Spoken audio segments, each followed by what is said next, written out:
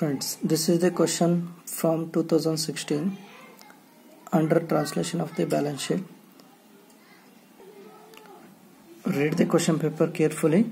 So they have given an American company has subsidiary in India.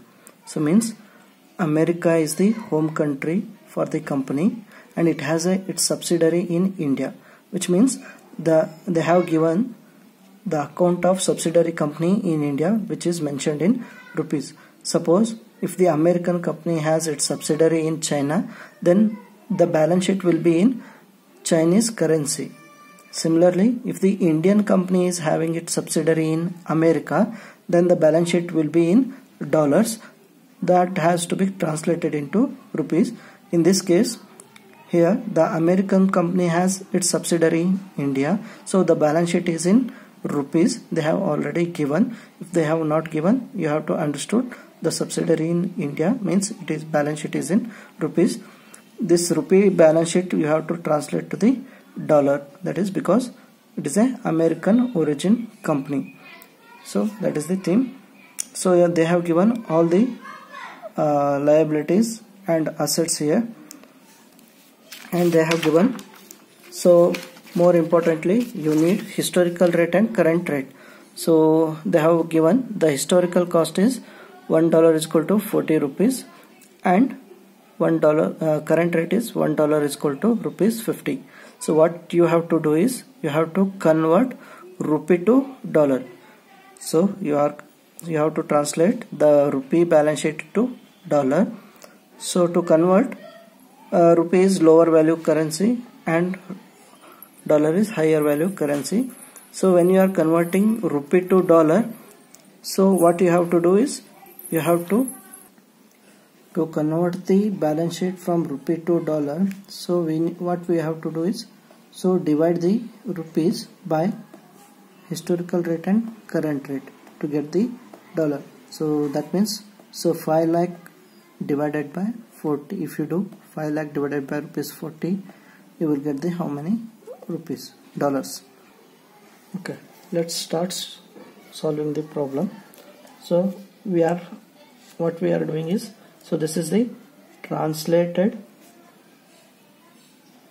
balance sheet.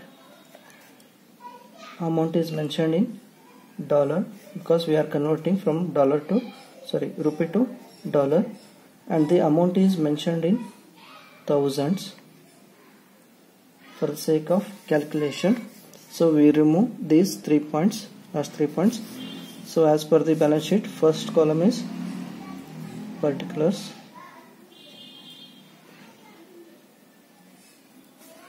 amount, historical rate, current and non-current rate. What they have said, they asked to translate the balance sheet under historical rate, current and non-current. Only under three methods. So we put only these three columns. That is historical rate, current and non-current. First heading is we write assets and liabilities. Under assets, so we first take current assets.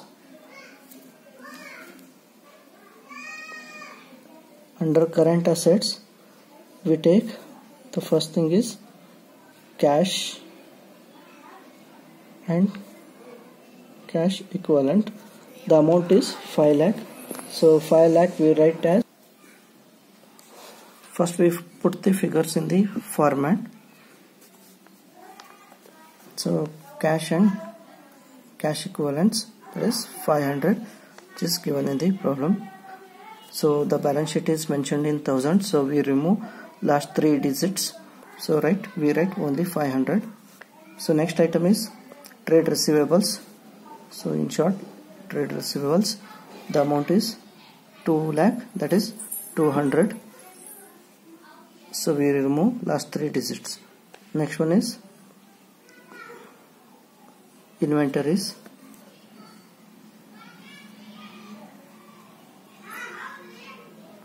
So amount is 3 lakh, that is we write 300. So after current assets, all the current assets items are over. So next we write non-current assets. Next heading is non-current assets. Under non-current assets we write fixed assets, tangible, fixed assets. Value of the fixed assets is 10 lakh, that is if we remove 3 digits we write 1000. Then investments, that is long-term investments. Investment is 5 lakh, that is 500 after removing 3 digits. So this is the total assets. So we make a total here. So next item is current liabilities. So we leave a space here for writing the total current liabilities. Under current liabilities, so what are the items given here?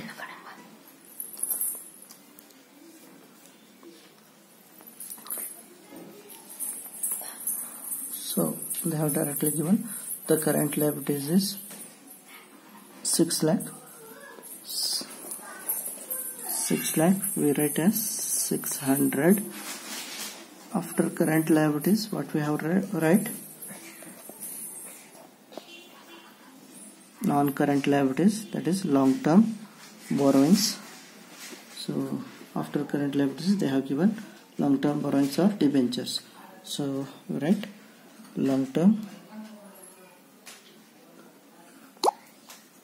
borrowings. Long-term borrowings is 4 lakh, that is 400. So next item is equity.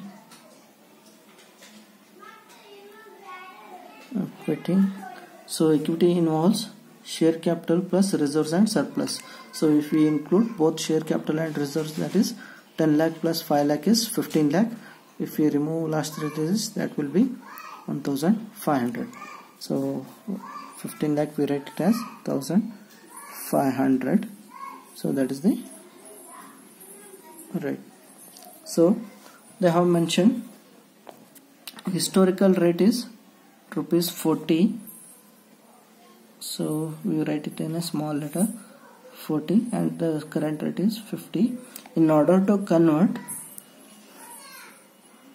so historical rate is 40 and current rate is 50. In order to convert rupee to dollar, what we have to do is we have to divide the amount by historical rate and current rate. We have to divide the amount by historical rate and current rate. So if we divide 500 by 40, what we will get? 500 divided by 40. So we get 12.5. If we divide 500 divided by 50,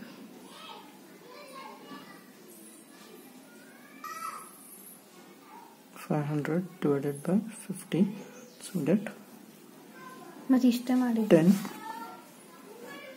Similarly, trade receivables 200 divided by 40, we get 5. 200 divided by 50, we get 4. 300 divided by 40, that's 7.5. 300 divided by 50,